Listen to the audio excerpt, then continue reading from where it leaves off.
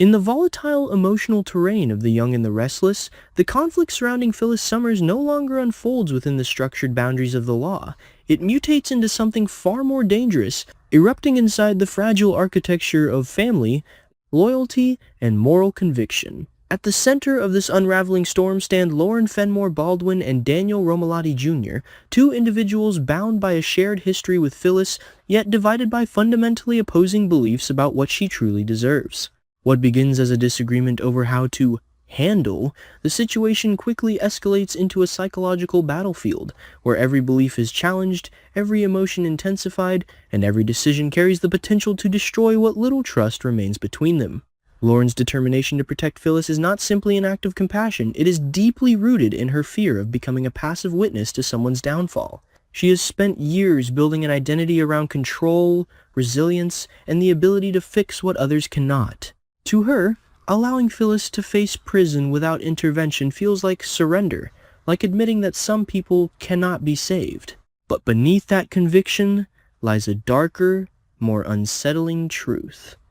Lauren is not just fighting for Phyllis, she is fighting against her own fear of helplessness. Every step she takes to shield Phyllis becomes more aggressive, more calculated, and increasingly detached from the moral clarity she once believed in. The line between helping and enabling begins to dissolve, leaving her trapped in a cycle where each decision justifies the next, no matter how far it strays from her original intentions. Daniel, on the other hand, stands on the opposite edge of that moral divide, but his position is no less fragile. His insistence that Phyllis must face the consequences of her actions is not born from coldness, but from accumulated exhaustion.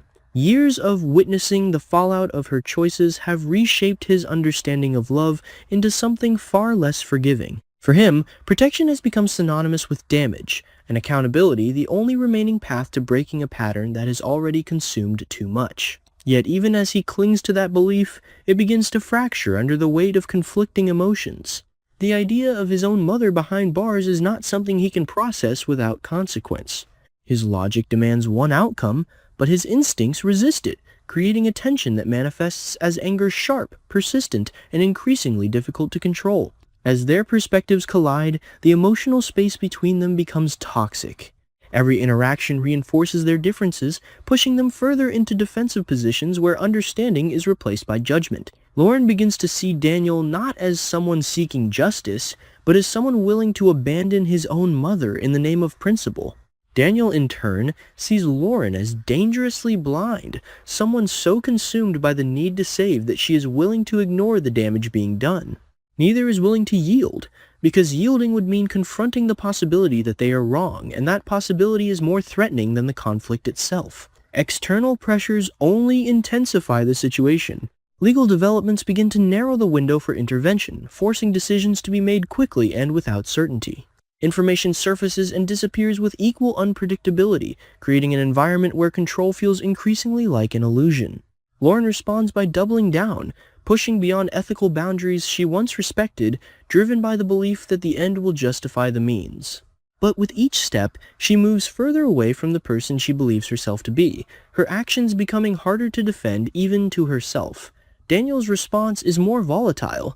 The sense of losing control over the situation fuels a growing frustration that begins to override his initial clarity. His desire for accountability starts to blur into something more personal, more reactive. He begins to question not only Lauren's motives, but his own, wondering whether his stance is truly about what is right, or about his own need to finally break free from the cycle that has defined his relationship with Phyllis. That uncertainty destabilizes him, making every decision feel heavier, more consequential, and more isolating. At the center of it all, Phyllis remains both the cause and the silent force driving everything forward.